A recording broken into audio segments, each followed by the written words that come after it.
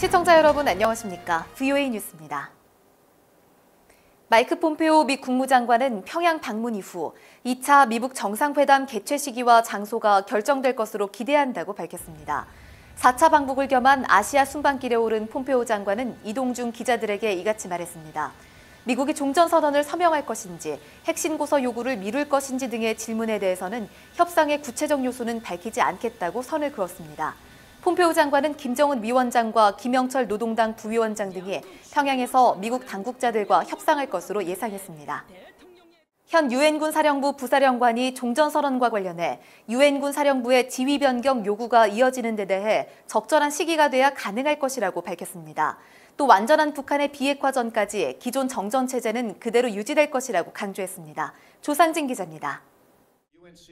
1950년 유엔군 사령부 창설 이후 처음으로 비미군 출신으로 유엔군 사령부 부사령관에 오른 캐나다의 웨인 에어 부사령관은 워싱턴의 한 정책연구소에서 열린 북한 문제 토론회에서 군은 최악의 상황에 대비해야 한다며 유엔군 사령부의 준비 태세를 강조했습니다.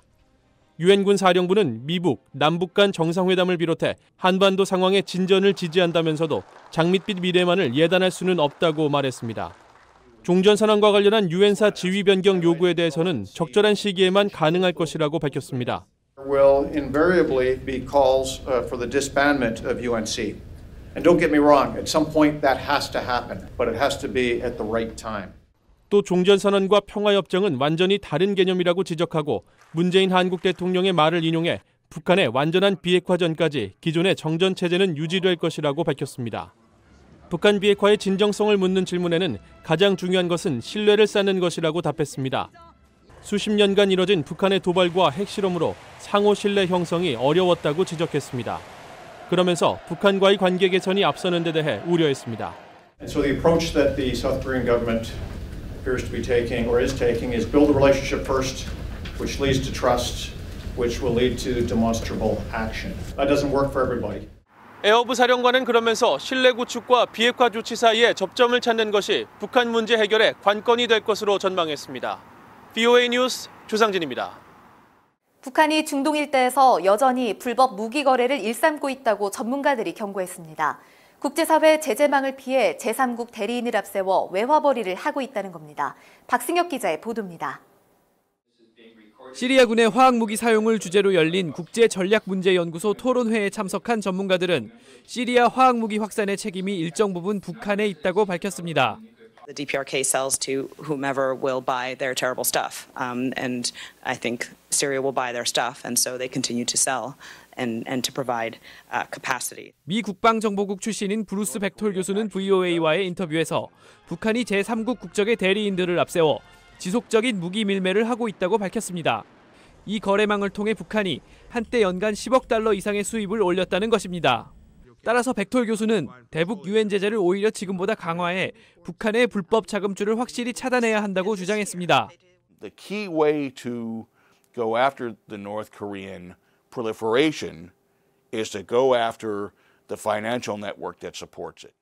현행 제재만으로는 북한을 대신해 돈벌이를 해주는 외국 개체들을 걸러내기 어렵기 때문에 최대 압박으로 볼 수 없다고 했습니다. So let's hope that that pressure increases, especially focused at those foreign entities that are working for North Korea.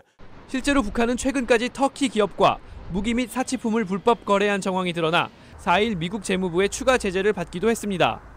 전문가들은 대북 협상에서 핵 못지않게 위험한 북한의 화학무기와 재래식 무기의 폐기도 함께 논의해야 한다고 강조했습니다. VOA 뉴스 박승혁입니다.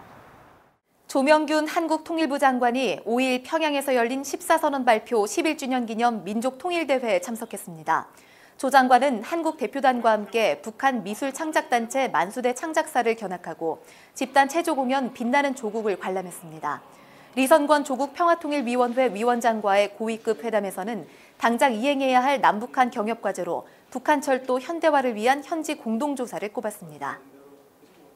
세계보건기구 WHO는 2018 세계 결핵 보고서에서 북한을 결핵 문제가 가장 심각한 30개 나라 중 하나로 꼽았습니다. 2017년도 북한 내 결핵 환자는 약 13만 1000명으로 집계돼 전년도와 비슷했습니다. 인구 10만 명당 결핵으로 인한 사망률은 63명으로 전 세계에서 네 번째로 높았습니다. VOA 뉴스 마칩니다. 시청해주신 여러분 고맙습니다.